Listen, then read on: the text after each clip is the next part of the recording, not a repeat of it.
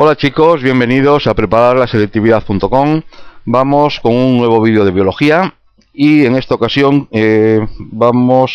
continuamos desarrollando el tema de los ácidos nucleicos. Hemos terminado ya, o he terminado con varios vídeos, el ADN, el ácido desoxirribonucleico, y ahora voy a comenzar a explicar lo que es el otro ácido nucleico, el ácido ribonucleico, es decir, el ARN, ¿de acuerdo? Voy a dedicarle varios vídeos. Este primer vídeo va a ser únicamente para explicar lo que es la estructura del ARN, ¿vale? Y a partir de los vídeos siguientes es cuando iré explicando los diferentes tipos de ARN, cada uno con sus funciones correspondientes, ¿vale? Bien, pues entonces ya tenemos en pantalla lo que es una cadena de ARN y si os fijáis, voy a ir diciendo las partes y al mismo tiempo las diferencias que van surgiendo con respecto al ácido desoxirribonucleico, al ADN, ¿vale? Bien, primero, la primera diferencia, creo que ya la podéis ver, es que las moléculas de ARN están formadas por una sola cadena de nucleótidos, ¿de acuerdo? Es decir, ¿os acordáis? El ADN, dos cadenas de nucleótidos, era una doble cadena helicoidal, mientras que aquí estamos hablando de una sola cadena, ¿de acuerdo? Azúcar, la ribosa que presentaba el ADN era la desoxirribosa. El azúcar que va a presentar, la pentosa que va a presentar el ácido ribonucleico, es una ribosa. Es decir, otra diferencia: pentosa en el ácido desoxirribonucleico, la desoxirribosa; pentosa en el ácido ribonucleico, la ribosa.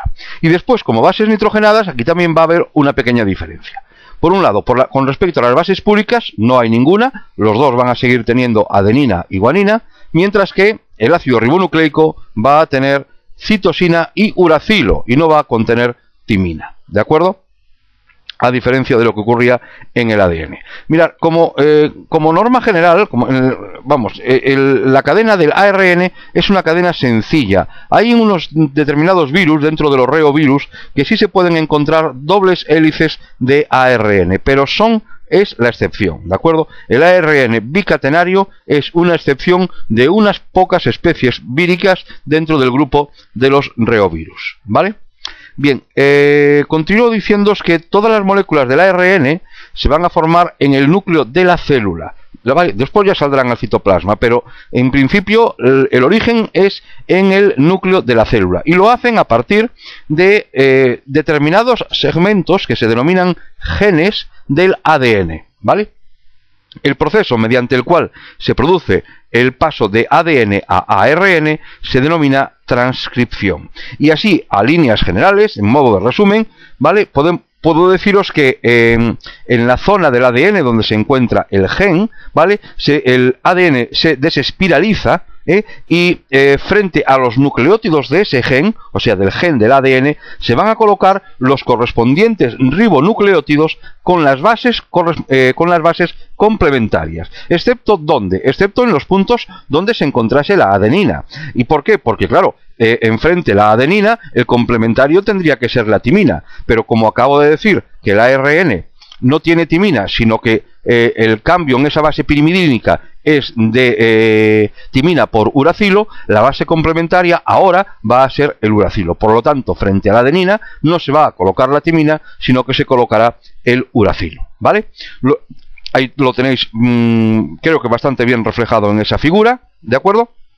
Donde ahí tenéis en la figura de la parte de la izquierda, tenéis la doble hélice del ADN, veis cómo se desespiraliza, ¿vale? Se separan las dos cadenas, ¿de acuerdo? Esa es la zona donde se encuentra el gen que va a tener que ser que va a sufrir la transcripción en su ARN, y veis cómo comienza a formarse la secuencia de bases complementarias, de ribonucleótidos complementarios, en la figura de la derecha, hasta que quede ya completamente terminada la estructura del ARN, ¿de acuerdo? Los ribonucleótidos que van entrando van enlazándose, formando lo que sería la cadena de ARN, que es evidentemente una secuencia complementaria al gen del ADN correspondiente, ¿vale?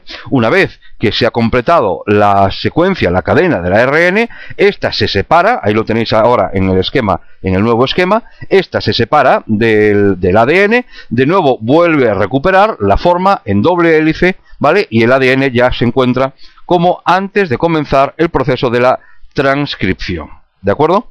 Como os decía, esto todo ocurre en el núcleo de la célula, pero una vez que esto ha terminado, la síntesis de las moléculas del ARN han terminado, estas salen del núcleo y van a pasar al citoplasma, ¿de acuerdo? Ahí en el citoplasma es donde se va a llevar a cabo el proceso de la traducción, ¿vale? Que va a consistir en que a partir de esta cadena de ARN se va a llevar a cabo la síntesis de proteínas, pero con una información previa codificada del ADN correspondiente. Es decir, el ADN dio lugar mediante el proceso de transcripción al ARN correspondiente, y ahora, mediante un proceso de traducción, el ARN va a dar lugar a la síntesis de proteínas, ¿de acuerdo? Según la estructura y función que realizan en la síntesis proteica, ¿vale? Porque todo el ARN va a estar relacionado con la síntesis proteica. Entonces, como digo, en función del papel que desempeñen en la síntesis proteica, se van a diferenciar diferentes tipos de ARN. Por un lado, el ARN mensajero, el ARN de transferencia y el ARN ribosómico. Pero como digo, esto ya lo veremos en vídeos sucesivos. Ahora únicamente quedaos con la idea de cuál es, así el objetivo de este vídeo era que conocieseis qué es el ARN, la estructura del ARN y básicamente en qué consiste el fenómeno de la transcripción y el fenómeno de la traducción, ¿de acuerdo? Pues espero que lo hayáis entendido, ¿vale? Y como siempre, pues muchas gracias por estar ahí y ver los vídeos.